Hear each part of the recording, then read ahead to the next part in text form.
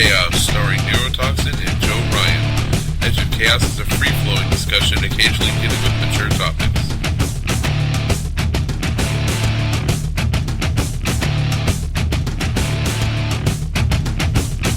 Alright everyone, welcome back to the Edge of Chaos. I am Joe Ryan, here of course with Neurotoxin.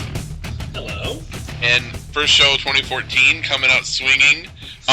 Lot going on, of course. Swinging indeed. I don't know if we want, I guess we could just decide on the fly if we want to start with the things going on in Russia, because I know that you particularly wanted to talk about that. Well, I'm amazed that Americans want to talk about that. Those guys are still there, aren't they still drunk on vodka? Yeah, aren't they still waving communist flags and, they got the red squared and no. Where's that guy with the watch on his head? That's what I want to know. He's still around, but he's not any kind of Russian politician. Yeah, see, that's the kind of misconception that I really kind of have to discourage from Americans. But luckily, that's changing. I think we have a generation of adult Americans at this point that don't really remember the USSR. They at least know of modern Russia. They don't know a lot about it, and it's kind of alien to them, but at least they don't assume it's the same thing it was 20 years ago, because that really, I think, that ignorance is very problematic. Yeah, I'm looking at Mitt Romney right now. I'm looking at Mitt Romney. God, I'm so sorry. I'm so sorry you're looking at him. I feel for you, Joe. I haven't had a look at him since 2012, and I'm all the happier for it. But it's just that ignorance, in my opinion, is very counterproductive. And that whole continual painting of Russia as the enemy. Right. Not because Russia is necessarily not hostile to the United States. It can be. Just the amount of credibility that's given to Putin. Oh, they're this dangerous empire that's going to attack us. The USSR wasn't even that. They're a fucking joke. Yeah. They were a paper tiger, and we've talked about that before. And it is interesting, though. What were they but a really convenient foil for, what, about 50, 60 years worth of American presidents? They were evil, that other, military contractors. Exactly. People that wanted cheap oil and, wanted excuses to deal with really filthy, destructive dictators in third world countries. Yeah, they were great for that. And you know who's starting to fill that role now, not to get off topic too much, is the Muslim Brotherhood. Oh, well, yeah. Well, it was Bin Laden, then it was just terrorists, in general, and now, it's Muslim Brotherhood. Now you say that, and that's just the catch-all. Okay, see, when it comes to Bin Laden or Al-Qaeda, at least those guys were the real enemy. At least they were out to get the United States. Yeah, they were exaggerated and they were used for everything, and that label was attached to people that didn't belong. But at least they were the real enemy. Now we have this thing called the Muslim Brotherhood. It's like the new communist. Right. That's what that word is. It's like there were all kinds of communists. Yeah, there were your Che Guevaras and your Ho Chi Minhs, but there were also tons of communist movements that were not terrorists, that were not looking to violently take over the country. I mean, there's still communists in Israel. People in the kibbutz, which is still there today, and that's our best friend in the world. So supposedly, yeah. Well, no, that's Israel. I mean, who on the right that's whining about the Muslim Brotherhood whines about Israel? Well, no, I just mean when you say our best friend. That's debatable as far as who you ask. But I'm talking about when someone wants to talk about communists being the enemy, they invariably have to skip over that. That's all I'm saying. Right. So going back to, speaking of communists, although they're not anymore, going back to Russia. First of all, one thing that I've seen people compare Putin to the Tsar and to Stalin. And whoa!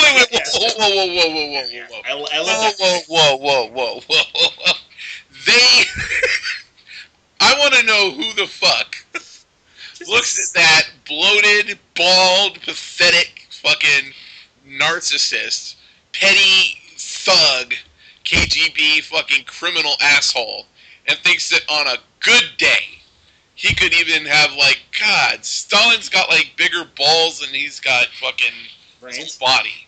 Really? Wow. And it's interesting that Stalin's, number one genocidal maniac of, the modern age. He kicks Hitler's ass when you really look at sheer body count. Good lord. Oh yeah, Adolf was like, no, I'm not doing that. It's like the popular favorite evil dictator, but people forget that Stalin was like, he killed people just like before breakfast. He killed 8 people. Yeah, and he was also there a lot longer. He had a lot more time to do it. Yeah, Hitler kind of flamed out. It's sort of like Nirvana versus Soundgarden or something, isn't it? And Hitler also targeted specific groups of people. With Stalin, it was like anyone that looked at him wrong. Pretty much Stalin, yeah. You just put two in your chest for just, giving him a cross-eyed look. In any case, so Stalin, the thing about Stalin, it's not just the dictatorship and it's not just his murder spree, although I agree with everything you said, Joe. It's that when Russians talk about Stalin, like I remember my grandparents talking about Stalin, and they would say, under Stalin, there was order in the USSR. Now, no one's saying it's good order, but it's the old, the trains ran on time thing. Right. Because if you bring the train into the station 30 seconds late, you get 2 bullets in back of your head, and your 3-year-old daughter goes to Siberia. God. I mean, and it's not funny because it was true. It was true. It was that bad. So this authoritarian dictatorship, it was the one time, really, in Russia's history where you had very little corruption. You had very little embezzlement. People just genuinely labored away like slaves. Now, I'm not advocating for Stalinism at all because the costs of this were tremendous. But that's the way things were under Stalin. Whereas under Putin, they can't even launch a space satellite without it blowing up on them. Really, Putin is the Rick Perry of Russia. Really? Yes, I love it. I was just thinking about it. That's a pretty apt comparison. Don't you think he's about as intelligent? He's basically in bed with all the right people, and that's why he's in charge. Well, and that's kind of where we're going. See, I think they might be getting ready to kick him out of bed. He gets everyone paid, but I think you know what? You might be right because I think once the Olympics are over, he's got kind of like nothing left to kind of make them look forward to. I feel like he already has nothing left. So let me go over some of the recent developments in Russia and in kind of the Putin sphere, let's call it. We'll start with the Ukraine. Now, I know that it's a country that a lot of Americans haven't heard of. Oh, it's that country that starts with a U that's next to Russia. I forget. It kind of speaks Isn't Russian. That where Chernobyl was, is most. Is not was is right. Yeah, first of all, Ukraine does not speak Russian. Let's start there. They speak Ukrainian. Don't ever tell a Ukrainian they speak Russian. They will slap you. Yes. Now, Ukrainians and Russians do not get along. Now, here's the thing. The Ukraine is kind of a Soviet, a former Soviet republic, obviously, but sort of a Russian satellite state. So I'm not going to get into all the history of Ukraine, but the current government is a Moscow puppet. And the reason it's a Moscow puppet is because Moscow and Russia in general, and Putin's very closely tied with the plutocracy that does this, they run all their natural gas into Europe through Ukraine, because geographically this makes the most sense. Now, and then part of the payment that Ukraine gets is they get very, very cheap natural gas for their own purposes. Mm. So Ukraine is heavily dependent on Russia in this sense. On the other hand, one of the reasons Ukraine is in such bad shape economically is because they were just bent over and raped without lube by Russia, by Moscow. For about 60, 70 years? No, longer than that. Because even though during the Russian Empire that was going on. That's true. Moscow. Well, basically, they just completely raped the farmland, and they were feeding Russia while they were starving to death, right? Yeah, well, you see, that's the basics. Let's put it this way: tanks don't make for good agricultural equipment. Right. And they could only make farm machinery or tanks during the Stalin's early years in the 30s. It doesn't exactly preserve the topsoil, does it? No, it really. Stalin thought it would, and there was this one scientist that raised his hand to say that was a bad idea, and Stalin shot him. And he got a bullet in his head. God. And everyone was like, "Oh yes, tanks make great agricultural equipment." I mean, they didn't actually use tanks, but they used agricultural equipment that was built so it'd be converted to tanks if necessary, and then it was during World War II.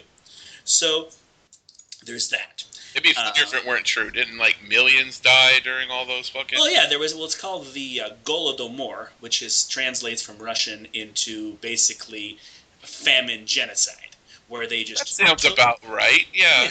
They just took all the grain from all the farms to force them into the government-run collective farms and About 10 million people, it's estimated. The low-end estimate, the nice Western estimate, is 10 million people. It's like if the Irish potato famine went on for 50 years, basically. Right. Well, this didn't go on quite as long, but I think it was probably worse.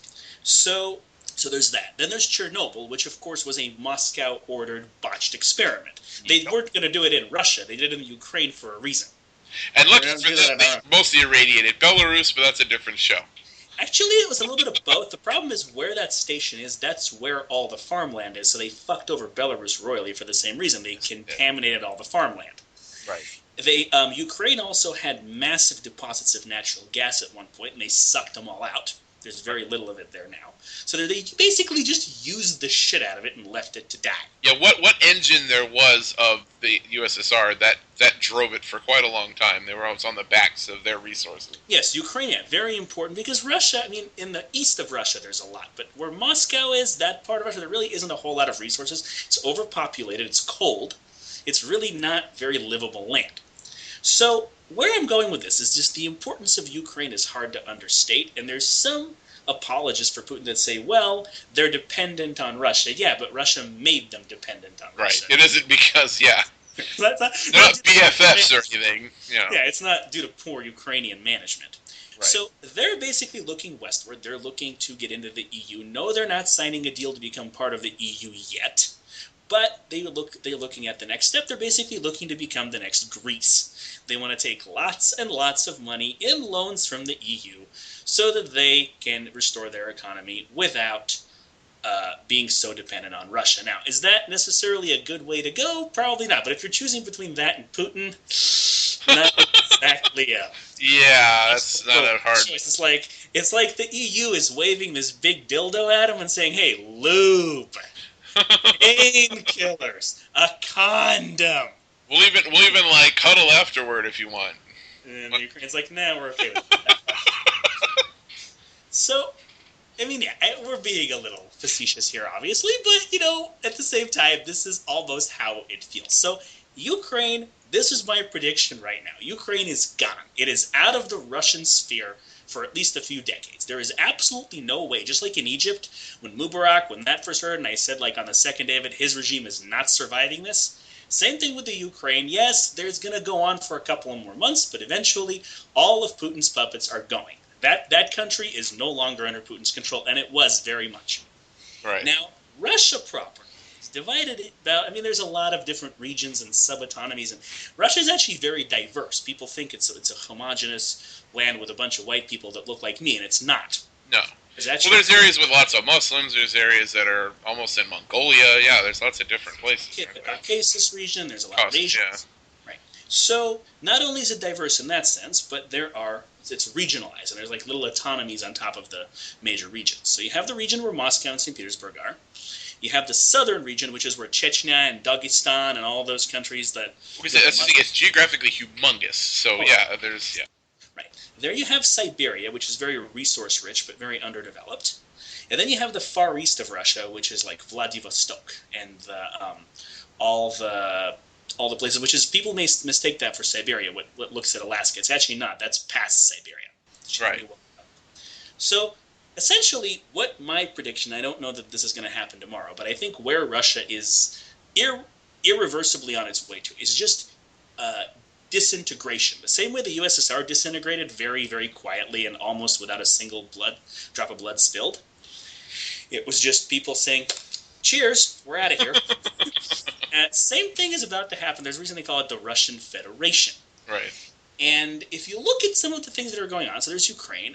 There was that mass amnesty that Putin suddenly came up with. Oh, look, we're going to release my number one political rival, who was the mogul Khodorkovsky, who had been in prison for nothing for about 12 years for opposing Putin, essentially. They released the band Pussy Riot, too, didn't they? Pussy Riot was another one. And they released several thousand people. A lot of them were dissidents. A lot of them are political prisoners. And they didn't really say why. They just said, oh, amnesty, we're releasing all these people.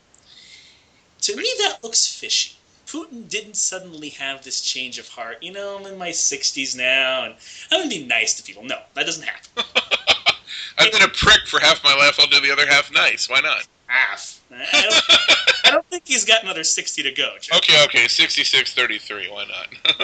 I don't know. I'm not sure how long he's got. That's kind of where I'm going with this. So the thing is, well, he might catch a bullet with his head or something.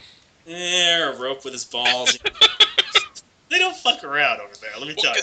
There was the suicide bombings. You were talking about that on our Facebook page, right? I'm not convinced those were suicide bombings. And our fans know we do not entertain a lot of conspiracy theories.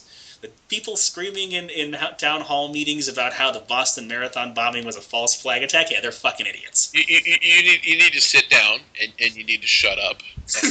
You need to crack a book or two. And double your dose of meds. Talk to your psychiatrist. We're not licensed here. Talk to your psychiatrist, but yeah, that's stupid. For now, I have duct tape over here. No. And when silence is golden, duct tape is silver. So here's the thing. That being said, in Russia, these supposedly Chechen bombings, suicide bombings by Chechens, by Muslim extremists in a place where there are no Chechens, right, and no one actually saw a suicide bomber, there's a lot of reason to believe they're staged by the KGB. Because what's going on now what I've been reading in Russian news sources, is now the KGB is flooding that city, Volgograd. They released something like 5,000 federal agents on that city. They've arrested hundreds of people, from what I've heard, or at least detained hundreds of people. They've performed massive searches. So they basically did to that city what they did to Boston on steroids. Except in Russia, you don't need to really advertise that we're looking for anyone. It's like, hey, we're going to arrest the whole city. That way there's no more bombings, right? wait, I'm sorry. You didn't like that? Oh, you did like it. Okay, good. Those inconvenient things like constitutional rights that we kind of still support in this country. Yeah, there it's not even kind of. They never existed. What is constitution? You think Stalin built his empire on constitution? Is that new brand of vodka? There you go, a constitution with a K, yeah. So, now, this is right before the Olympics, which is actually, I mean, in Russia terms, it's pretty close to where the Olympics are going to be. In the United States terms, it probably wouldn't be that close. Because it looked like about 800 or 900 miles at least. I don't think it's quite that far, but it looked like halfway between Moscow and Sochi, really, is what it looked like. It's kind of, sort of. More than halfway. But here's the thing. That region, specifically, my impression, and again, this is pure speculation. I don't have specific facts from today to back it up. Just looking at Russian history, remembering how the USSR went down, all the things that happened before that. These events look to me like Russia is on the verge of disintegration. Like perhaps the regional government of that location, perhaps the city government of Volgograd, whoever's in charge there, whatever mafia, whatever drug dealers that smuggle shit from Central Asia into Moscow, whoever's in charge there, decided that maybe paying tribute to Putin was no longer a good investment. Maybe we could, hey, those Ukrainians can rule themselves. Was he one of the suicide bombers? Was that guy who decided that, one of the suicide bombers? He was probably the guy that the KGB arrested for sending the suicide bomber, yeah, I'd imagine. Well, I just figured that maybe Putin dispatched with him and made it seem like he was the suicide bomber. That could be, yeah.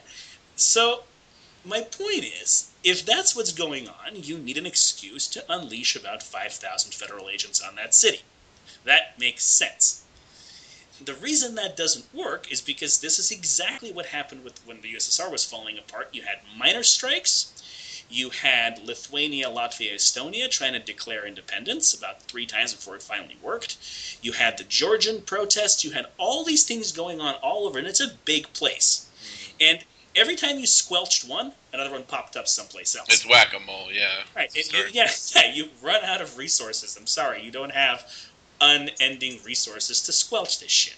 So it feels to me almost like that's what might be happening in modern Russia. This amnesty isn't just for out of good faith. It's to appease 2 kinds of people. The first are other governments that have to send athletes to the Olympics because there's so much tension over that.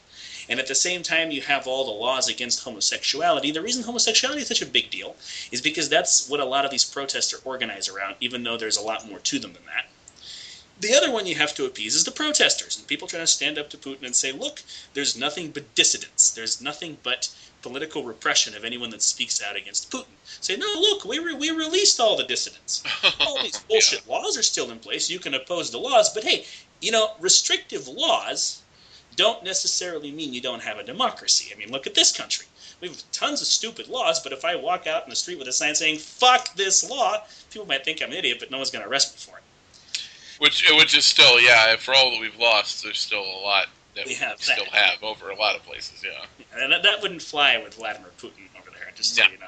For all you comparing Russia to the U.S., no.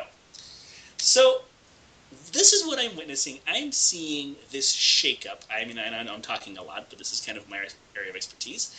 I wouldn't say I don't like it, because Putin can go jump off a cliff. I'm just saying that what I'm seeing is there's a lot of instability. All the signs are there, and just like with the USSR, it was a total shock to the rest of the world. Oh, crap, it just disintegrated. Huh. They didn't see any of the tremors coming. And not only, I mean, it's funny because a lot of my poli-sci professors in college who were already analysts and scientists at the time, they predicted it. They didn't predict the exact date, but they knew it was happening in the 80s. But a lot of Reagan and Bush Sr.'s security counselors like Condoleezza and Rumsfeld, they didn't see it at all. They were building all these plans for a continued Cold War. It's like, oh, shit. The USSR just went away. Hey, George, am I fired? Donald, you fired. Come on. You shook Saddam's hand. How could you be fired? Yeah, and I think a lot of them would have wanted the Cold War to keep going because it was convenient. But anyhow, that's it. Oh, yes. So, let's talk about what happens if Russia should disintegrate and collapse, because I really think it's only a matter of time. Could be 2 months, could be 2 years, but I really don't see this as a sustainable business model. And what would it turn into, I guess, is a good question. Well, what it would turn into is actually relatively simple. It would disintegrate into multiple smaller countries. Again, even smaller, huh? Smaller. Now, some of them would do really well, like that Far East region in Siberia, because they're very resource-rich. They're not very homogenous, but there's plenty there. They could very easily get along. On the other hand, south, where you have the Caucasus region and you have all these different, I mean, literally, these little countries where there's more letters in the name than there's people there.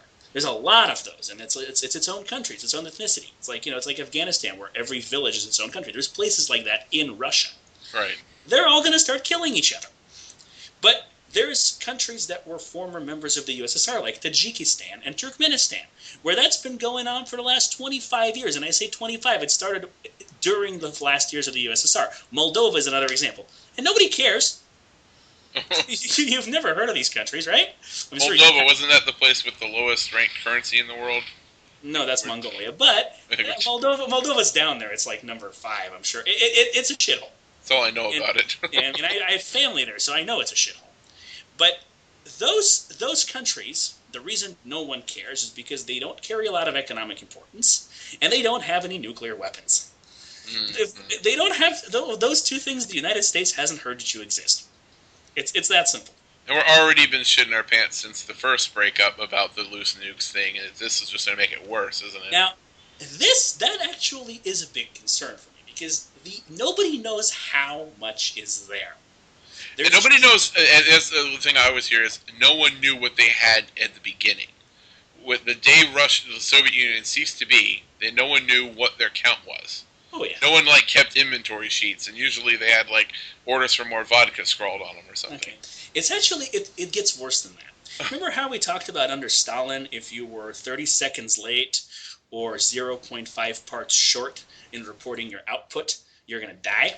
Yeah. So what started under that, the only way people survived that, is just by flat-out lying. I mean, we talk about, it'd be funny if it weren't true. We talk about, shady paperwork and budgetary irregularities in this country's government. But if you look at Russia and the way things are reported, nothing is ever what it is on paper. Ever. And it's the same thing with their nukes. I mean, they fill out the paperwork. The problem is it's completely unreliable because it's great fiction. It really is. Put it on the shelf next to Stephen King novels. Right. If I'm the guy working, working at a workstation in a factory, and I'm supposed to produce 95 parts, and I got my vodka bottle, sitting on the station with me, and at the end of the day, I've only produced 80, I'm going to write down that I produced 95 because I don't want to die. Right. For some reason, vodka or not, I still don't want to die. And then my foreman's going to look at this and no, we have to overperform what we're being told to perform. We're going to write down 100. And then he hands it off to the factory manager, and the factory manager just stole 100 parts and shipped them somewhere to someone that gave him a big bribe. Usually vodka.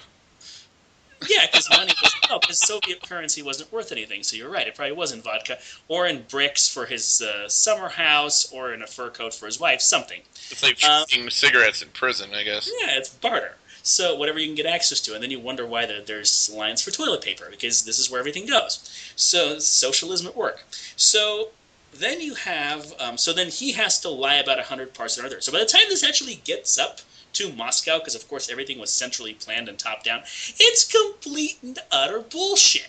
You can report and say we're doing so great and we have this thriving economy, and then you get up in the morning and you go to the grocery store and there's jack shit there. Like, I wonder where this great economy is, because it's not here. The phrase tissue of lies seems to about cover it. Yes. So it's no different nowadays. It's a culture. Even though there's no death threats, nobody cares. It's, everyone's too busy drinking. No one ever wants to do their jobs and actually count how many parts there are. And it's the same thing with the nukes, and a lot of it isn't even the weapon systems, it's the raw materials, because there's a lot of people in the world, a lot of countries and governments, and a lot of non-government institutions that would love to get their hands on some enriched plutonium. That's what we're trying to not let Iran get. We're trying to not get them to have. Right, exactly. And, right. Iran is at least a country. It's a government. You can talk to them. You can negotiate. There's certainly problems there. They're not reliable. They're not responsible. They're not easy to make deal with. But at least you can talk to them. Try talking to someone in an Afghan village in the mountains. Yeah. So, this is the real problem. And it's right there. Think about where Afghanistan is and where this shit's stacked in Siberia. It's not hard. I mean, if you don't mind walking a few hundred miles in the snow, it's there. It's carefully preserved. Just take some mules with you, and you're good to go. Well, I don't know about mules. It's cold. It has to be like tundra mules. Don't they have those fur-covered mules out there? Oxen from Mongolia. Right, oxen. Yeah. There you go, oxen and yaks. The uninitiated, yeah. Yeah, some yaks. There you go. So you got to watch who's buying the yaks. You see a bunch of Afghani people buying yaks. You're like, yak proliferation. I knew it. That's what it is. Yeah, but don't tell them. Well, they still use oxen as a form of transportation in North Korea. So I guess as far as the Russia thing goes and Putin, what do you think they're trying to accomplish by holding on to Snowden? Just to turn to a little different kind of slice of Russia. Okay. I don't think it's any different. I think that Putin is doing anything he can to remain in power and to stay important. Because if anyone catches on that it's all a dog and pony show, he's finished. They're making a game out of sticking it to each other. Like Obama's sending an all-gay delegation of athletes. That wasn't an all-gay delegation. Some kind of function, three of the main guys were all gay or something like that. He did something. I forget who it was, but no, it was. I forget exactly who it was, but yeah, there was the leaders of the delegation. Just to razz Putin. Honestly, to me, that's just so ridiculous. What it is, it's not funny. It's a profound misunderstanding of what he's dealing with. Putin does not care. Putin is not personally a homophobe. It's not like he's scared of gay people that they're going to get him. He's just hijacking homophobia. Right. He's just right. Yes. Thank you. Yeah, right. Being an asshole and trying to use that to appeal to older populations. Remember, he said doing anything he can to stay in power. Now, there's a lot of homophobia. Russia's a lot more socially conservative than people give it credit for. He said it once, gays. Yeah, I really hate gays. Oh, yeah, me too. Yeah, and I'm going to make a law, against being gay. See, you like me now, see? Right? Essentially. It's probably nothing more complicated than that, is it? And it is only more complicated in one way, and that's what, like I said, the protests, a lot of them are centered around gay rights, and a lot of them are in the bigger cities, Moscow, St. Petersburg, Lower Novgorod, where these are cities that are a lot more progressive, they're more liberal, they have more access to the Western world, they're more tolerant. Right. Whereas he's trying to appeal to rural populations in more peripheral cities that are going to be more conservative. I mean, that's a given that you have that divide. So he's just looking for some kind of alliance for someone to like him, except nobody does, despite this. They may not like gays. They're also not fans of Putin. In fact, some of them might even think Putin's gay. You see how that works? Well, it does seem to be the most ardent crusader against that ends up being the gayest dude in the fucking world. It usually does. It's amazing how that More happens. often than not. So, like that one leader of the, I forget the organization, remember, he was like one of the leaders of one of the Pray the Gay Away places, and he got photographed in an airport with a hired, quote-unquote, boy with him. Oh, I think that you're talking about Senator Larry Craig from Idaho. No, that's different. That was in an airport where he was picking up some dude in an airport bathroom. Picking up a male prostitute. Yeah, this is not a politician. This was a guy that was like a leader of one of those Pray the Gay Away organizations.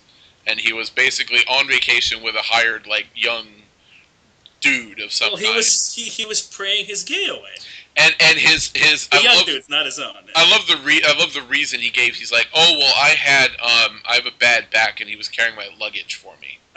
What kind of luggage? What's in that luggage anyway? Is there anything leather with like chains and whips or anything? I'm just wondering here. Wow, you're creative, Joe. I just thought he was holding his cock, and he said that was too. That was where I was he's probably, more often than not, he's probably some kinky shit.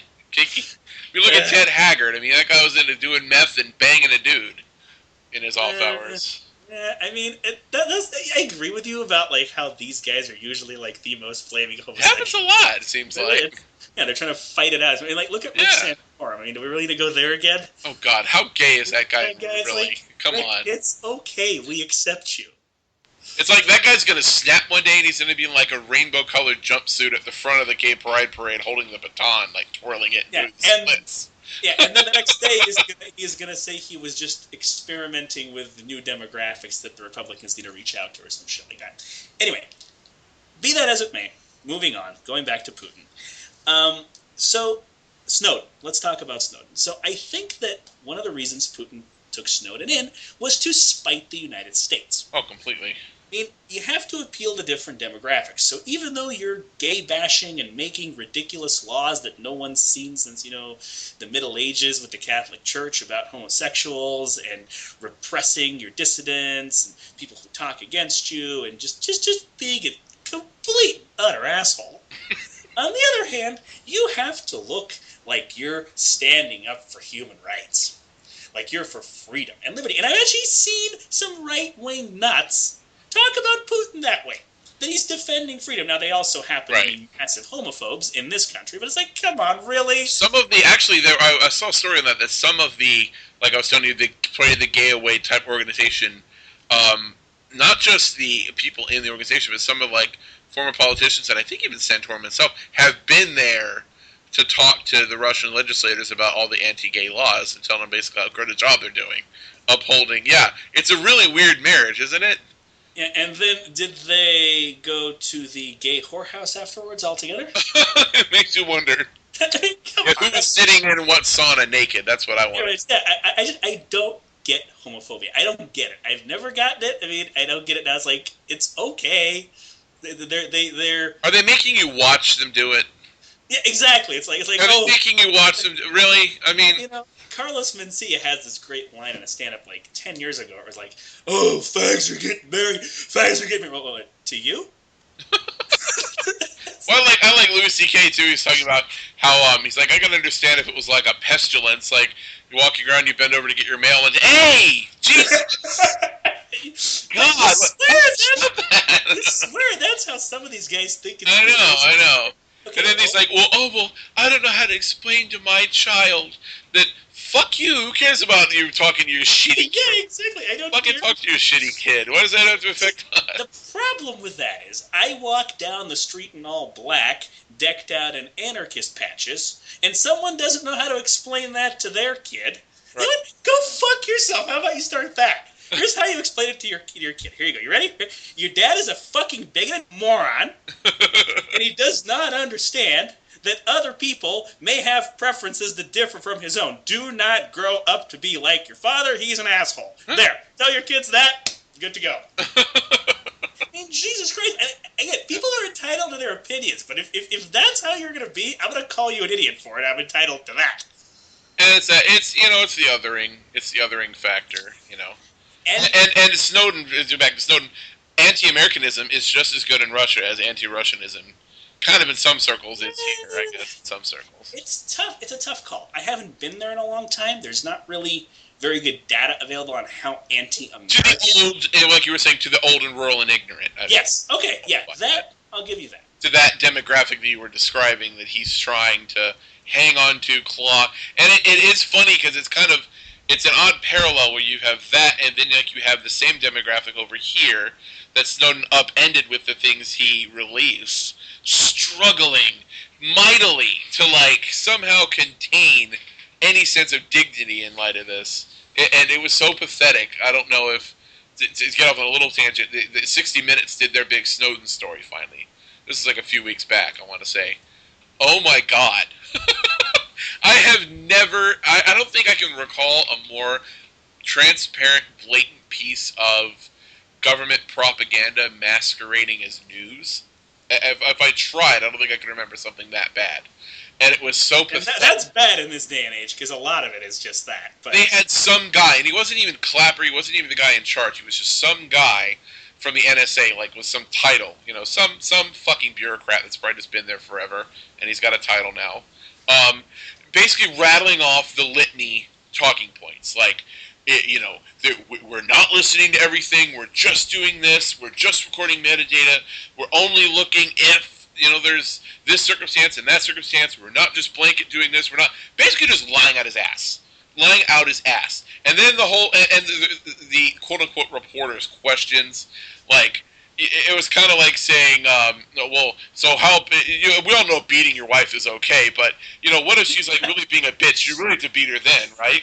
It's just framing it in a way that, we all know that he's a traitor, but how much damage did he really do? And boy, how much of a traitor is he? It's just these questions that, it was not just leading, it was, just feeding, he was feeding and answering the question to the audience. It was like a kabuki theater show. It was just crazy. What I heard is considered treason is when an officer of the U.S. military goes in front of the U.S. Senate under oath and lies. Yeah, that's treason. And Clapper did that how many times? More than once. How many times has he been in front of the Senate? More than twice. How many times has he been in front of the Senate? I don't know. How many times he talked? I mean, every time he opens his mouth. It's you want to talk about treason. Yeah. That is not acceptable. And I am not trying to be, I'm not just trying to talk up Rand Paul who's talking about this, because, he is saying that. He's saying, hey, Clapper needs to be removed from that seat and have charges brought against him. Since when is that okay? We know he was lying because the things that they've since admitted. Well, you were lying. You knew then. Guy on 60 Minutes trying to defend Clapper basically incriminated him with his testimony. Well, see, no, because and it's just and this whole thing of painting Edward Snowden as the enemy, and that's what they're going to do because he totally played their game and got one over on them, and they never figured. You just it's funny to see. I was trying to liken this old guard to the old guard in Russia. These old tricks, and they're old. They are. This kind of tactic goes back to J. Edgar Hoover bugging MLK and RFK campaign. He used to watch Malcolm X. He kept files on John Lennon. Anyone who didn't just toe the line for the establishment was a potential adversary that could be someone that they're going to need dirt on later. So we might as well just keep track just in case. This is it's basically technology brought to a very old tactic. Now we're doing that to the entire country? Right, and the difference is... Putin is proud. You used to have to be Malcolm X or Martin Luther King to get recorded like that. That's that kind of attention paid to you. But technology has made it such that it's just so easy to just put... let's just call them microphones at certain areas of the internet, telecommunications, and just grab everything en masse. And so they just did it, because they don't see anything morally wrong with it. And in their mind, they're either, A, just keeping order, or doing the greater good, whatever kind of reason you want to bring up. But trains run on time. Well, that too, but it's amazing to me the lengths they're going to go, even when they completely are exposed in their tactic, how they're going to hang on to it. It's going to take a long time to start turning that back, but I see that starting to happen. Yeah, and so, again, to kind of go back to the original question, I agree with what you're saying there, Joe. With Snowden and the NSA, or Snowden specifically and Russia and Putin, it's an attempt to essentially make Obama look bad. I mean, Putin, for what it's worth, he has a somewhat good assessment of the political situation in this country. He sees that we're very divided here, that Obama is not popular, and that he's not popular for kind of paradoxical reasons. Like, there's libertarians like me who despise him because he is a statist criminal with all this NSA bullshit and drone strikes and going into Syria when it's unsanctioned, just all that shit. And then there's that far-right crowd that thinks he's a Muslim Marxist and that he's probably secretly gay himself because of what he's done for gay marriage and all that. So even though, those... We'll call them the idiot fringe. But the thing is, what they and I have in common is that we dislike Obama. So what Obama is trying to do is he's trying to... I'm sorry, not Obama. What Putin is trying to do is he's trying to appeal to Americans that are against Obama. And it's working with that idiot fringe because, come on, these are guys who think that if you legalize gay marriage and you bend over to pick up a quarter, yeah. I mean, it does not take much to fool someone that is like, got your nose. I mean, come on. Yeah, these people, I don't know how they get dressed in the morning. I don't. Yeah. So, on the other hand, as long as they don't have any, not wearing any rainbows, they figure they succeeded. Yeah, I guess so. Now, on the other hand, you try to do that to appeal to the libertarian fringe, and we're like, Putin, really, dude? Really? No. And you left out, by the way, the progressives like my friend Brian, who hate Obama because he turned out to be a complete fraud. Anyway. Okay, and that would be more of a question to you. How do people like him feel about Putin with that political affiliation? I don't know about him specifically, but I do get the sense that, I don't know, if I was to make it, and I'm making a guess here, I think that most people see it as transparently as you do, as just an attempt to try to rattle cages and stay relevant and all of that, because especially the gay rights thing, I mean, obviously they're not for that, but I think you realize, it's pretty easy to realize, it's one thing we agree on, I think, on that side, is how pathetic that old guard is in trying to maintain the status quo. It's a pretty blatant shot across the bow. I can see. I would not think that progressives are very fond of Mr. Putin for the same reasons that you're saying. We usually agree on the human rights side of things. Right, and I would think that with Snowden, progressives, even ones that are a lot more progressive than you, a lot farther left, I think they would be with me on this. Yeah, Putin. I mean, for one of a lot of them are a lot younger, right. So just that alone. And they support what Snowden did because they realized that it needed doing, and it's. Even if you might say it was dubious what he did and how, you could say it was patriotic in the sense of, there's a great injustice going on, and I have to kind of maybe step out of order just a little bit to kind of expose it and to bring it to light. Yeah, for everyone that says he should have acted within the bounds of the law, how the fuck would he do that? No. My question is, how? Well, and you know why that's an ignorant argument is if Jefferson and Washington did that, would we be sitting here as Americans right now? No. They would have gone to England and gone, well, we really kind of would prefer, if it's not too much trouble, that maybe, we could maybe have some representation or maybe you could cut the tax just a little bit. They did that? They said, no, fuck you. Actually, Joe, they did that. And George III stood up, his fat ass, and screamed so they could hear him across the ocean, I am your representation! They said, okay, George. Okay, that didn't work. Plan B. Hey, Washington, yeah, all those guys with muskets, yeah, bring them. Come on, bring them. Get off your asses, let's go. And I'm no, Hannity idiot that just, parrots that the founding fathers were just these saint geniuses, and no, they were imperfect men who were pissed off at the status quo and basically just said, no, fuck you. You bring all the men you want, we're done. We're not talking about a moral argument here, or even a loyalty argument, although you could bring, this is patriotic because he's upholding the principles of this country and the Constitution over loyalty to his government. We're really making an effectiveness argument here. It would not have worked. This, if you agree with this, then you agree with the way Snowden did it, because there really wasn't a better way to do it. And the way he dodged the capture, and he went to Hong Kong and then to Russia. Honestly, there is no way he was working alone. There are organizations that are working with him, and it's not the Russian government. They just realized they could use the Russian government for this purpose. Now, personally, I fear for Snowden's life where he is. Because I do too, because he's very much not in control of what happens to him right now. The KGB don't make good long-term allies. No. They're the kind of guys that today they're your best friend and they'll have a drink with you or several because they're Russian.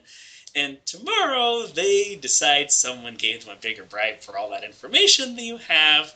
So they beat the shit out of you, leave you for dead, and take it. That's their way of doing it. It's not convenient to have around anymore, then you won't be, pretty much. Essentially. I mean, it's the same way it was in Stalin's era, and it's the same way it is now. And people who deal with the KGB in Russia realize this now. Whether or not Snowden does, I'm not entirely sure.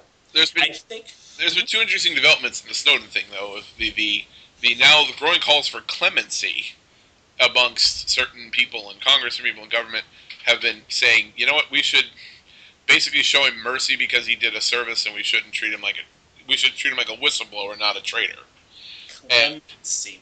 And so there's one thing that happened, and then the other big thing that was, I think, before the holidays, the big federal ruling about the NSA program, which is kind of toothless because they appealed it, and it's still going on under appeal. Basically, the program is still going on under appeal. Doesn't but make it toothless. The fact that federal judges are finally saying, no, this has gone too far, it's definitely significant, because you would just think that, pressure would have been brought to bear to have them get a ruling that supports the program, and it didn't. So, well, it's interesting to me that the rulings. Let's start with clemency first. The problem with clemency is the same problem you have with the KGB. Yeah, it's like, yeah, sure, we'll totally not get charged, and you get back. Actually, we changed our mind. Yeah, you're under arrest. Exactly. If you step foot in this country, anything could happen. If I were Snowden, I'd be like, no thanks. If anything, I feel like my impression of Snowden's plan is he does not plan to stay in Russia for very long. He intends, maybe a couple of years, but he intends to either get asylum in a South American or Central American country that dislikes the U.S., and that has proven very effective for people. They're very difficult to get there, and those governments like money. I mean, they're corrupt, they're anti-U.S., but they're not going to touch you, unlike Russia. They're too small to want to kill you. Right. Or wait for someone like Rand Paul, someone that's a lot more sympathetic to his cause, to become president, hoping that person will pardon him. And once you get a pardon, that's different than clemency, because now they can't charge you with it. You've been pardoned. Right. So the only thing would be maybe a little, highway accident. But the FBI is not big on things like that. They're not going to do that. They want you in a public trial because they want to intimidate anyone else that wants to do that. Interesting note about pardons, by the way.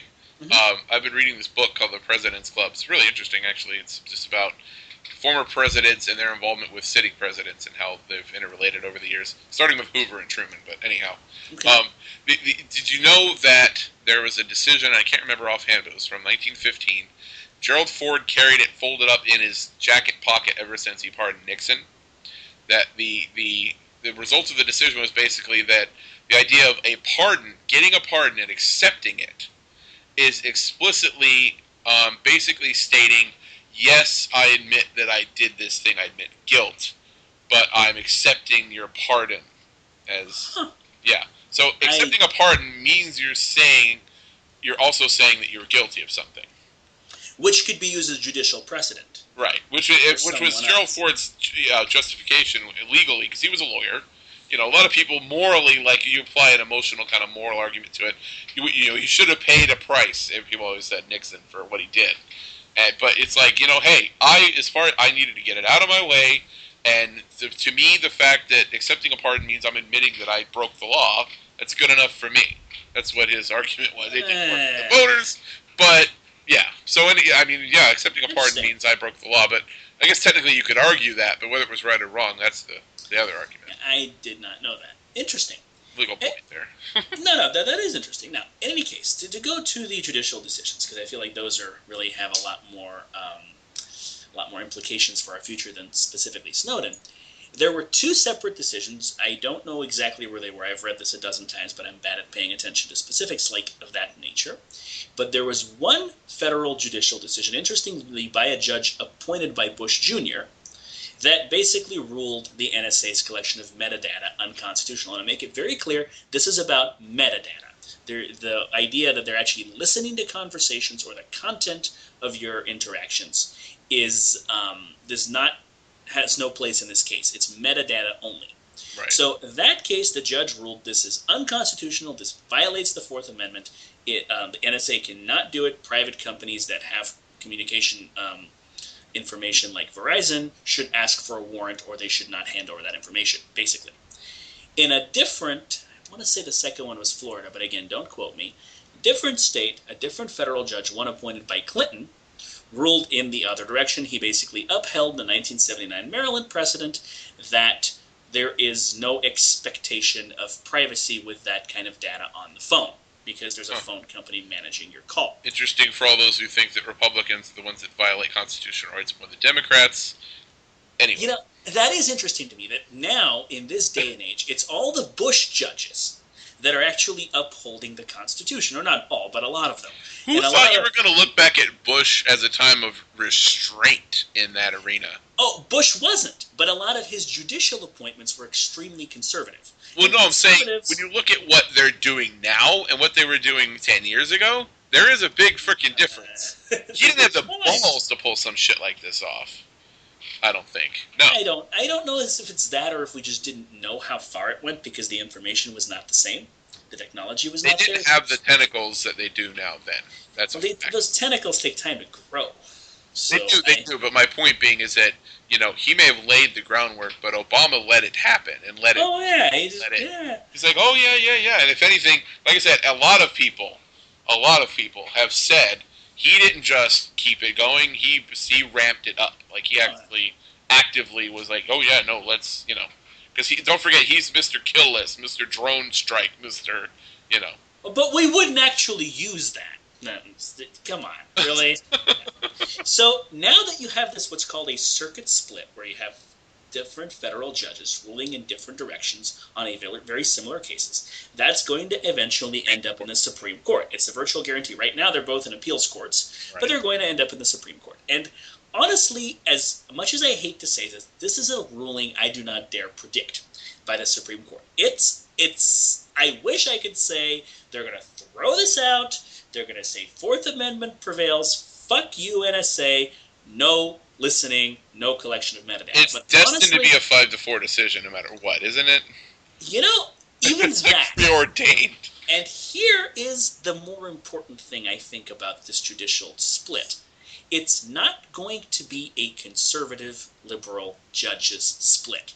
No, it won't. Kennedy probably will not end up being the deciding vote on this one. I'm pretty sure Kennedy is going to say, fuck you, NSA. He is pretty much someone that does not appreciate this kind of thing. And I think you can already kind of see the likes of Scalia and Alito going, oh yeah, we totally need to do this. And the likes of Kagan and Sotomayor going, I don't know if this is... No, yeah. And the others I don't know, but yeah, those two. Yeah. I don't know about Scalia. Scalia he's a tough call. If anyone's a swing vote, I think maybe him. Alito, yes, I can see Alito definitely. Well, not definitely, but I can probably see Alito's more of an authoritarian douchebag than Scalia. That's true. He is. And interestingly, Sotomayor. If you remember everybody hates these guys, but the Westboro Baptist Church, there was a lawsuit trying to specifically ban them from picketing funerals and being douchebags and saying God hates fags and all that. I'm sorry, what? I think it was specifically military funerals too. Right, and that law was thrown out. It was ruled unconstitutional. It was said, no, yeah, they're assholes, but they're allowed to do this. The Constitution protects them. And hate speech is protected by the Constitution, which is something I agree with completely. Honestly, I can't fault that logic. I can't. I agree completely. Yeah. This is the next guy, which has been interesting. Have you seen on a brief aside what people have done now to box them out?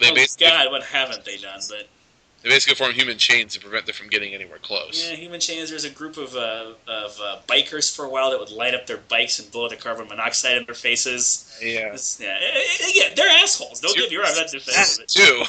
Yeah. But here's the thing. There were two judges that ruled that there were two dissenting judges. In that case, it was 7-2 decision, and it was Sotomayor and Alito. You wouldn't think those two would rule the same way on anything. Yeah, no, that's true. And now Sotomayor just stopped the Obamacare mandate for contraception on Catholic charities. So it really is not a very predictable divide for these kind of cases, which honestly it makes me happy because we've been talking on this show for a while about how the right-left paradigm is disappearing. And if there's one way to make it disappear quick, it's the Supreme Court. When that stops ruling, when Kennedy stops being the swing vote, that's when that paradigm's gone. It's interesting about her. People forget that, yeah, she's an Obama appointee and she's like from the bloc and all, Sotomayor. But people forget how conservatively religious her side of the population is. They might be for diversity and affirmative action, but they're pro-religious institution too. And some of the so it's it's kind of interesting about her. The Hispanic vote is always they vote Democrat, but they're very conservatively religious. They're conservative Democrats, right? Yeah. And you have of course Breyer. So it really is a tough call who will go which way. I cannot predict that. And what I also find happens in these kind of cases, they don't rule entirely in one direction. Like, they might restrict the NSA, but it's unlikely that they'd throw this out completely. I would like for them to, but they probably won't. So, Rand Paul even talks about this. He talked about this recently, I forget what show he was on, talking about how the Fourth Amendment, this has been ruled constitutional, this kind of thing, to a limited degree. So all his fans and libertarians asking him to push against it based on the Fourth Amendment, they say, no, I'm going to lose that fight because the judiciary has already ruled that this is constitutional. I'm not for it. That's just not the way to do it. So this is a lot more complicated, I think, than a lot of people give it credit, unfortunately. And I am obviously not for the NSA collecting metadata. I'm just saying, how do we beat this effectiveness-wise? So there's that. Well, I call bullshit on the fact that it's just metadata because it's been shown with the Edward Snowden leaks that it's not all they were collecting. And that's... and it may be what... it's one of the things they're collecting. They're telling you a half-truth and hoping that you buy it as being the whole truth. And that's where I have issue.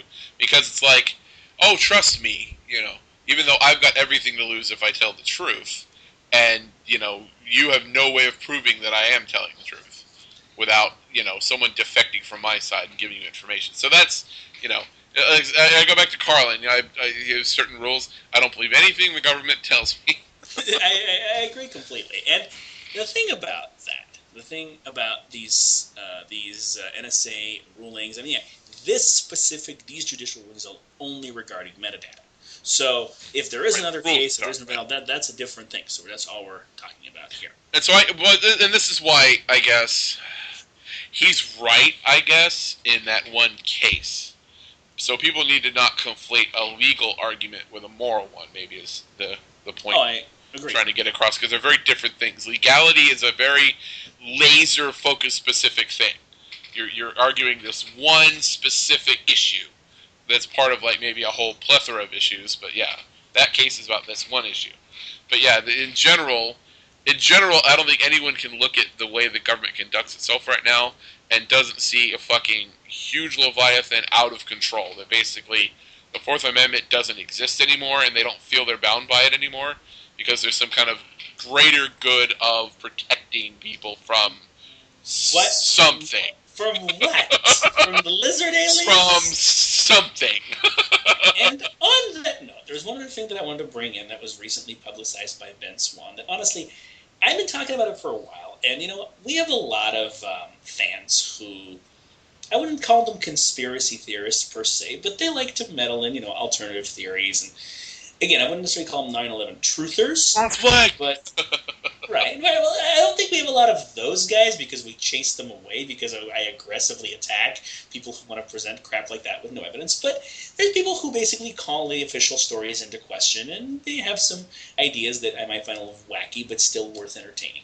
So someone mentioned in a comment on one of our Facebook posts that when I mentioned that I think the Volgograd bombings may legitimately have been a false flag, the Saudi ties into everything. And I've talked about Saudi Arabia for a long time and just how much of a powder keg that country is. And that actually prompted me to do some research. And one thing that's been in the news recently, somewhat related, somewhat not, is there are two representatives, Walter Jones, a Republican from North Carolina, and Stephen Lynch, a Democrat from Massachusetts. And again, there's that bipartisanship working, that are calling for the declassification of a report, of the 9/11 report, I guess issued by, I'm not sure if it's the 9/11 Commission or just a government 9/11 report. And they're alleging that in the classified section, there's findings that indicate that the 9/11 hijackers had foreign assistance. There were foreign governments that were involved in this, that knew this was going to happen, that gave them information, that may have funded them, that assisted them. Not that they planned it with them, but they assisted them. And they're calling for the declassification of this. And again, this was something that Ben Swan publicized. And of course, the government that's on everyone's mind that could have done this is the Saudi government. Well, I mean, weren't 3/4 of the hijackers Saudis? Right, except, when we made that list of countries people need to register from, Saudi Arabia wasn't on the list. And somehow we didn't roll any tanks or soldiers or anything into there either. We have plenty of soldiers and tanks. Even though a Saudi national planned it, paid for it, Saudis were part of the hijacking crew. Yeah, somehow. So, at the suggestion of a fan, I looked into a former ambassador to the United States from Saudi Arabia. A long-serving guy, 1983 to 2005. His name is Prince, Bandar bin Sultan. Oh, no, yeah. He's mentioned in Fahrenheit. Right, he's a grandson. Fahrenheit, yeah, there's a source. But he is, though. No, this guy is definitely on the radar. Right, he's one of the grandsons, of the many grandsons, probably in triple digits at this point, of King Abdulaziz. And his father, before he died, was the crown prince of Saudi Arabia for a while. And this guy, there's pictures of him, sharing a drink with, or having a drink with Bush Jr. This guy was everyone's, at least on the Republican side, every neocon politician's best friend. Which he did. He was there was some kind of dinner a couple of days after 9/11 that he was at. Right, he was here when 9/11 went off because he was the ambassador. And what this guy is actually quoted as saying, there's actually an interview with him, this is not a secret, that in the 1980s, when the U.S. was using the Saudi government to basically create bin Laden, right, so that we could fight the Soviets in Afghanistan. There's also a picture from that era with young Rumsfeld shaking Saddam's hand and I remember smiling that. Yeah. It's like, your old friend Saddam. Anyway, so during the same time, this guy refers to the Mujahideen, which is one of the precursors to the Taliban, right, as his brothers. Just, to think about that for a second. Mm-hmm. And he talks about how they chose bin Laden because they didn't think he could lead 3 ducks across the street.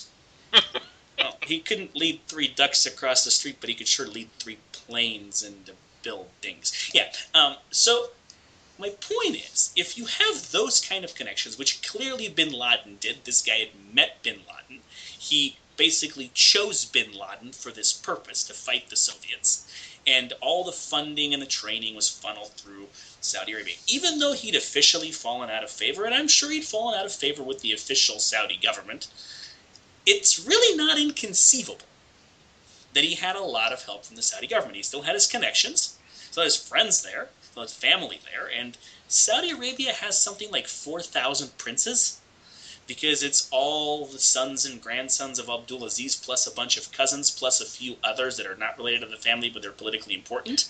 When you have 100 wives and 500 kids, The web is pretty intricate. It's not just It intricate. is. There's bound to be conflict. And, we have to look at Saudi Arabia really as a medieval state. In medieval states, it was normal for brothers and cousins to go to war with each other. All the In time. medieval Europe, right, because that's it. Usually for land or money or control or all Political, three. territorial disputes. Remember how we said the things that you need for the West to notice you is territorial, economic importance, or nukes? Saudi Arabia doesn't need nukes. It's got oil. Right. And where it is, I mean, there's just no way that country can ever be unimportant.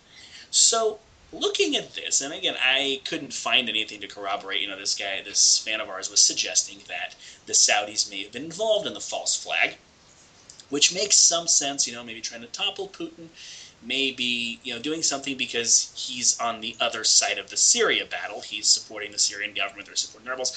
I'm not going to go into that. But it was very interesting doing that research and finding, that just how far the Saudi tentacles stretch. And it's not monolithic. You have all these princes, you have all these different, basically the royal family and all their titles and nieces and nephews. There's bound to be conflict in there. So someone gets pissed off at their brother, their first cousin, whatever, thinks that person's too chummy with the Americans, and because of that, they're not getting a fair deal. They're going to call up their old friend, Osama, and say, hey, Osama, yeah, I know, that asshole. So listen, would you like some pilot training? Yeah? Oh, you want to send some guys to the U.S.? Yeah, I think I can arrange that. Yeah, There's this attaché at the Saudi consulate in Los Angeles still owes me a favor or two. Yeah, I think I can arrange that. No, it'll be students. Yeah. Studying? No, not nuclear physics. What are you, an idiot? They're studying human rights and biology. Yeah. Yeah. So my mother's one of 5. There's plenty of conflict in a family that size. I can only imagine when you're one of 100. And you're all stupendously, stupidly rich. On top of everything, money always, causes trouble. It does. You can see this kind of thing. It just makes sense. Yeah. It goes back. One of the reasons I bring this up. It goes back to the same thing. This secrecy. What is so classifiable? Where is the need for secrecy? For a report on a terrorist act that happened more than 12 years ago, on a section that implicates a foreign government. What kind of national security concern or threat is there to worry about if people find that out? Well, it's more of the threat of embarrassment, I think, of, like you said, the associations that are present with those people who would be named in such a report. Right, with politicians like Mike Rogers and Peter King, and Karl Rove's not really a politician, thankfully, that are still sitting there apologizing for the Iraq invasion and talking about how terrorists, and we're all under threat, and this Snowden character, he's a traitor, because NSA is protecting us from terrorists, terrorists. Almost to convince themselves. Right. Yeah. That shit, if you come out with a report like that and say, look, it was the Saudis, it was some guy, some first cousin of Bandar bin Sultan, whom he pissed off the week prior because he went to have a drink with Dick Cheney rather than go play golf with that guy. And that's who helped the hijackers get into the United States. I mean, I'm obviously oversimplifying, but that's the point. That's really not going to look good. And you can talk, I find problems with it too, but, Fahrenheit 9/11 does make that interesting point, like I was getting back to, of Bandar bin Sultan basically being in the White House like 4 days later, having drinks and dinner like nothing happened while the Pentagon's smoking across the river. It's just a little interesting, like he's there. That's one reason that report's probably never going to see the light of day. And the other is the flight. Everyone always talks about the and it's known, it's out there, it's documentable, it's verifiable. The flight that happened when all the aircraft were grounded, getting all the Bin Laden kind of extended cousins and whatnot out of the country, because it was a little inconvenient them being around. You're going to get shot. That name was radioactive after that. It's like, yeah, you should go. And so it's like, who tipped off who, to get them all gathered up. And, And that is the reason why, you're not going to see this report's not going to surface.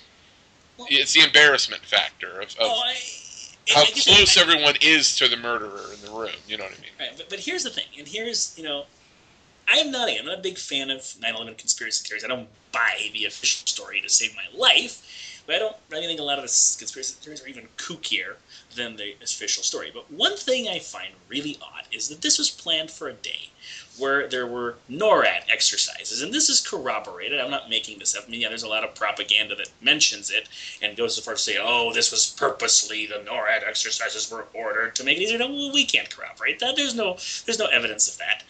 But if, let's speculate that if the Saudi tentacles stretch far enough, and the information that NORAD was having exercises on that day could have gotten back to Saudi Arabia. It's not that unlikely. Right, that could have been a consideration for Mr. Bin Laden, that maybe that's a good day to, fly jetliners into buildings. I mean, I've always said that I don't believe the U.S. government planned this or executed it.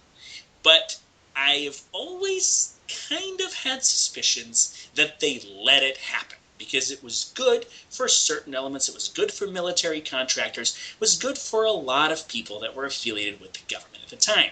I thought that was the most likely thing, that maybe not let it happen is the right thing to say, of just kind of leaving the door open sort of intentionally in a way, maybe, or just, or maybe even having the overconfidence of that this information is just out there and we don't care.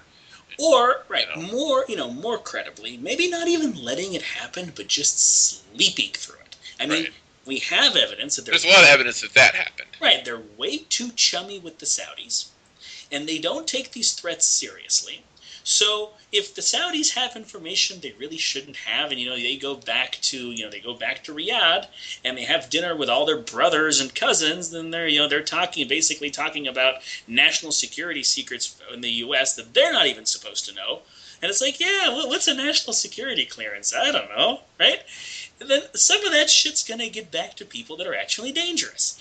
Well, and a lot of the Clinton people coming in or going out were telling the Bush people, you need to keep an eye on this guy Bin Laden. And the Bush people say, yeah, we got it.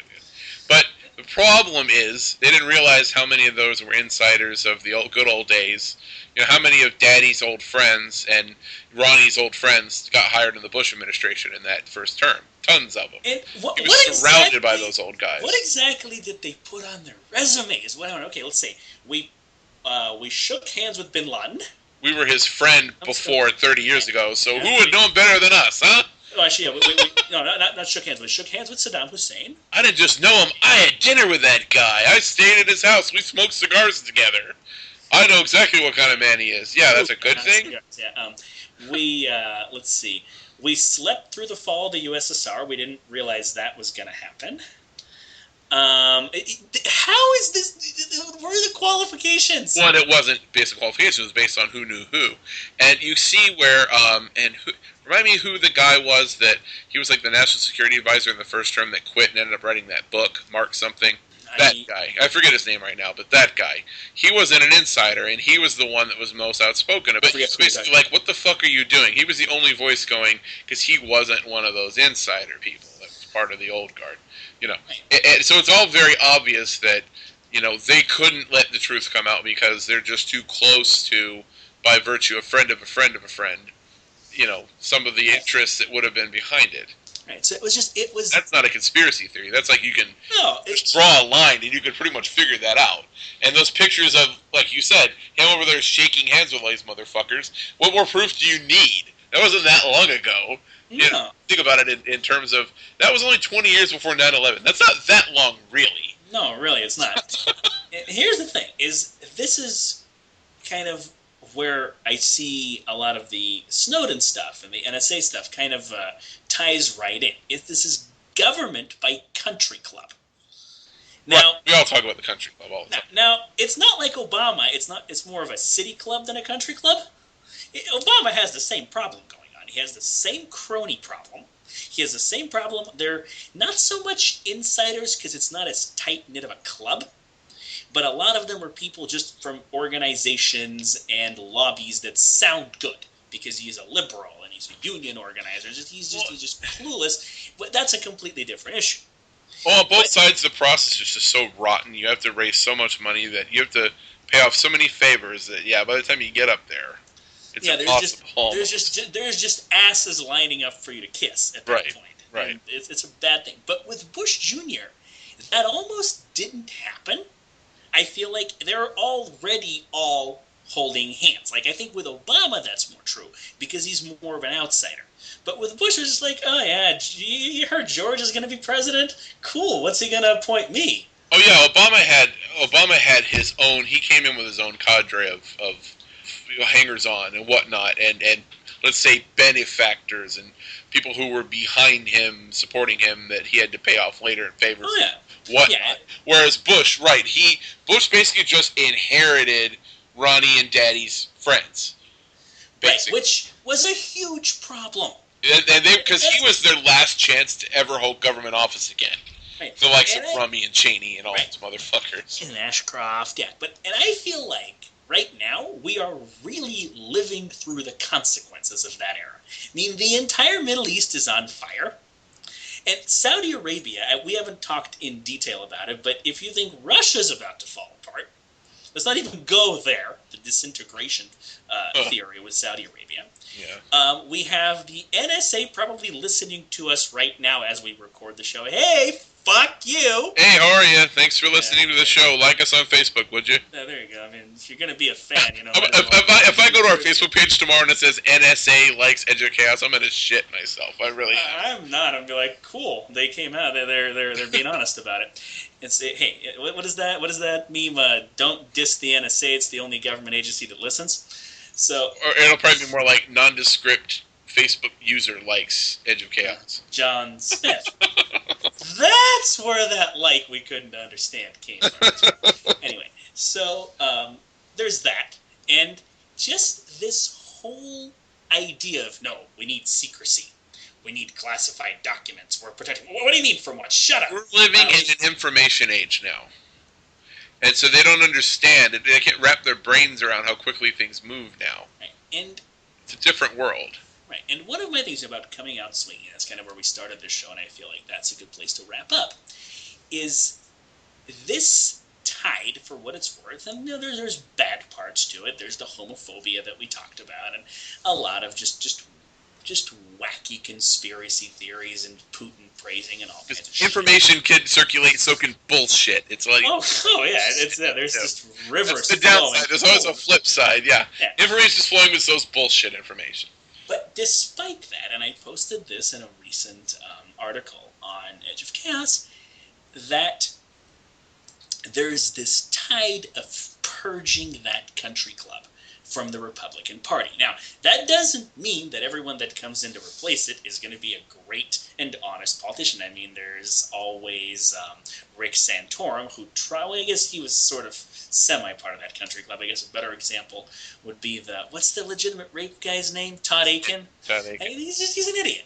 But he's not part of that country club. But then you also have, your Rand Pauls and your Justin Amash's and your Tim Huelskamps. And these are guys who are just coming in and saying, no, we don't want Karl Rove's money. Right. We're not for this secrecy, and it's driving that country club nuts because there's nothing they can do. The only thing they ever had, their only offer, they had that, terrorist, scary. They also had guys like John Kerry and John Edwards that were the best players on their team. Because it's like, yeah, you're going to elect me, right? Because look at that asshole. Whereas now it's like, no, we don't have to do that. We got Justin Amash and Rand Paul, so get the fuck out. Yeah, Kerry, who couldn't beat Bush Jr. Yeah, wow. But that's the problem, is that, the Democratic Party wasn't much better. They weren't doing that, but it was a shitty alternative. The best they could do was run a guy who voted for the war he's now saying he's against. Good one. I was for the war before I was against it. Good one. Good one. Let's keep that one going. Yeah, let's run that guy. But it's not just that, though. To me, and again, this is something where we might disagree a bit, it was the economic populism. they went with the 20th century idea, very 20th century idea, that, look, the Republicans suck right now. They're neocons, they're pro-war, they're pro-spying, they're pro-TSA, they're doing all these terrible things. So let's come up with a really shitty idea and hope we can get into office with that shitty idea based on the fact that everyone hates Republicans. Oh shit, that didn't work. I got a really bad idea. Well, right, but it's not even them working together. It's a race to the bottom. And I feel like when you have that, you're going to have not really a third party materialize, but a third alternative. And that's, to me, what the Tea Party is. And that's why I've always liked this movement so much. And basically for what it's doing to the political system. It's shaking things up, even if I don't necessarily agree with everything it's saying. So I feel like, and I think that Obamacare has a lot to do with this, although we've agreed that we're going to keep that out of this show because that's all we've talked about for months. And it's been topical for months, but right. Yeah, it really has, and I mean, it just has this plunging approval ratings, and everyone's saying, "Oh, it's working now." Yeah, America doesn't think so. So even if it is, you're fucked. But here's the thing: I feel like this is going to be the year of the Tea Party. This is going to be the year where they win more primaries than they did in 2010, and they run roughshod over Democrats, possibly take control of the Senate, but definitely take control of the Republican Party, where the Peter Kings and the John McCains are no longer the dominant force. I would say they may still be at this point. It's kind of starting to balance out. But after one more electoral cycle, it'll be like, yeah, Karl Rove, John McCain, those guys are the old Republicans. We're ashamed of them. They're not real Republicans. It's like the Democrats before 1968. Oh, yeah, those were those racist Southern Democrats. Yeah, the Strom Thurmonds and the Walkers. What was it? The governor, I can't remember his name right now. Wallace, right? Not Walker. Wallace, yeah. Who, interestingly, became a huge civil rights activist later in life. He did. It's really weird, because he got paralyzed in a shooting, and then, yeah. But in any case, so I feel like that's where this is headed, and I feel like the biggest reason for this, it's not even Obamacare. Obamacare is just going to help them tip the balance over the Democrats. But the biggest reason for the Republican split is this: the spying, the surveillance, the police state, the imperialism, the meddling, and just the country club where the Saudis are part of it, but they're also in a different country club, I guess a desert club, with the enemy. There's just, Republicans don't go for that kind of thing. Republican voters don't. The politicians might. Voters like, yeah, you're having dinner with the guys flying planes into our buildings. No, get the fuck out. Get. I'm not. So, I guess I could, and not to shit on a whole generation, but I might be shitting on a whole generation here. It does seem like there's a gulf between people our age and people the age of these other guys that we're talking about, in which there's a certain kind of baby boomerish camaraderie around them that's their system, but we kind of were never allowed to be part of that same club. Like, it was basically a club for them, and basically they wanted us to form our own. And so that's why I think you see a tide turning. And so we did. Where people coming up, basically saying the fuck your club. Because this whole thing of having this mutual privilege and this kind of, turnabout, this whole everyone's doing favors for everyone, and you act like you're debating, but behind the scenes everyone's buddies. Yeah, that ended with them. Like, it was isolationist as much as it was inclusive of other like people, other people of the same age, the same kind of rough economic strata. That because we're becoming more diverse, you can't do that anymore. We're not as united toward kind of a common goal of just mutual luxury and plutocracy like that. So you see the youth coming up. That's where you see that fracture coming, I think. So are you agreeing with me, Joe, that we're moving toward an age of decentralization and that's a good thing? I mean, I think that we are, because it seems like people our age and younger tend to see themselves as an individual more than part of a whole. And I think technology is part of the reason for that. But they're individuals, but like it's individualism centered on wanting to make a better world, though. Some of it is, and some of it isn't. But yes, I agree with you. Or some making one a worse world. But anyway, I do see that trend, though. And it's like I was saying, there was a survey, and I still have to post that, by the way, that bears that out, that our youth, our age demographic, it starts with us and goes to people 18. And it's about the demographic, tends to want to take and pick and choose And this sounds exactly like me. When I read that, I'm like, wow, that's exactly what I do. They want to take the things that they think work from this ideology and that ideology and like to form their own. They don't like to just buy in to everyone believes what I believe because we've always believed this kind of idea of this questioning everything. That's starting to sound to me like an empirical approach. I mean, in academia, that's what you do. You look at a number of theories and a number of practices, and you kind of devise your intervention and your own theory and your own papers based on kind of a collection. Okay, this seemed to work here, but this didn't. And this seems to work from this theory, but this they really kind of F up on. Or it just doesn't, just doesn't apply here.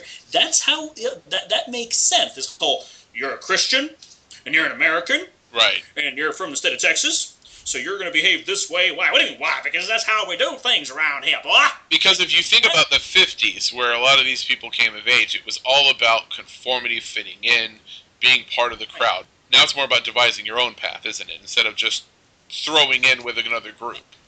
And I think, not to get deep into sociology, Agent of Change would love this, but I think what a lot of that has to do with is our generation was, a lot of us, and the majority of us, I would say, was raised in two working parent households.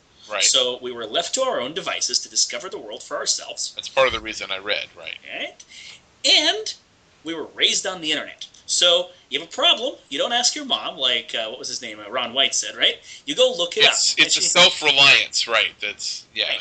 So it's not just the self-reliance. You're looking for an answer that works, not for an answer given to you by an authority figure. Those things are very different. And you learn not to just be spoon-fed stuff. Right, which is why when some asshole from the NSA gets on 60 Minutes, and the entire country's like, really? And you're like, wait a minute, I can hit up Twitter, Google, and in like 5 or 10 minutes I have about 8 or 9 different things proving you completely fucking wrong.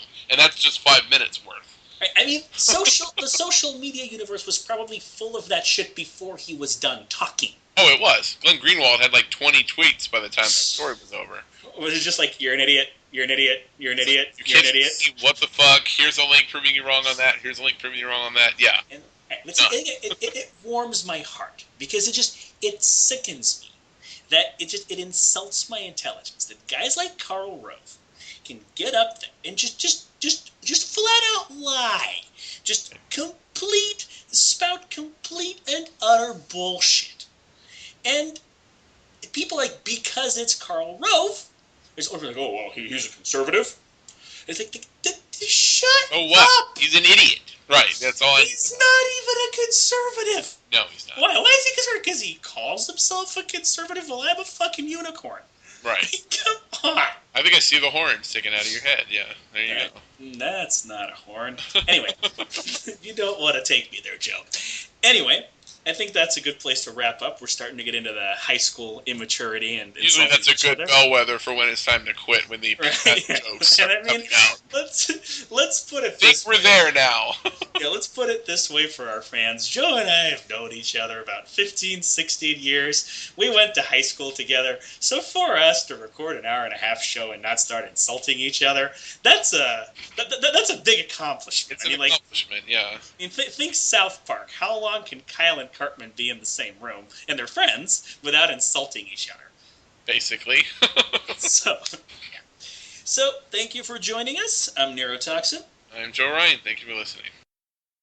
Thank you for listening to The Edge of Chaos. We can be found on the internet at edgeofchaospodcast.com. That's edgeofchaospodcast.com. Contact the show at edgeofchaospodcast@gmail.com. Follow us on Twitter at edgeofchaosshow.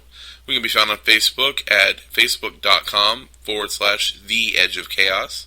Neurotoxins blog can be found at neurotoxins with an S, fyg.blogspot.com. My blog can be found at joeryansworld.blogspot.com. For Neurotoxin, this is Joe Ryan. Thank you for listening to The Edge of Chaos.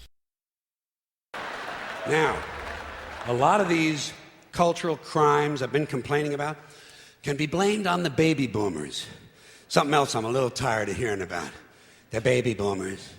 Whiny, narcissistic, self-indulgent people with a simple philosophy. Give me it, it's mine! Give me that, it's mine! These people were given everything. Everything was handed to them. And they took it all. Sex, drugs, and rock and roll. And they stayed loaded for 20 years and had a free ride. But now they're staring down the barrel of middle-age burnout, and they don't like it. They don't like it, so they've turned self-righteous. And they want to make things hard on younger people. They tell them abstain from sex, say no to drugs. As for the rock and roll, they sold that for television commercials a long time ago. So they could buy pasta machines and Stairmasters and soybean futures. Soybean futures. You know something? They're cold, bloodless people. It's in their slogans, it's in their rhetoric. No pain, no gain. Just do it. Life is short, play hard. Shit happens, deal with it. Get a life. These people went from do your own thing to just say no. They went from love is all you need to whoever winds up with the most toys wins. And they went from cocaine to Rogaine.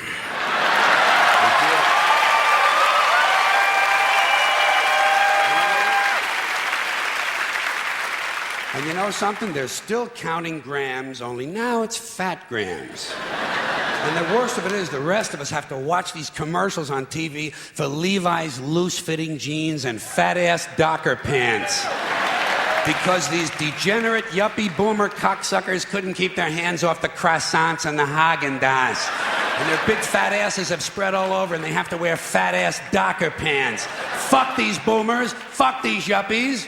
And fuck everybody, now that I think of it. Fuck everybody.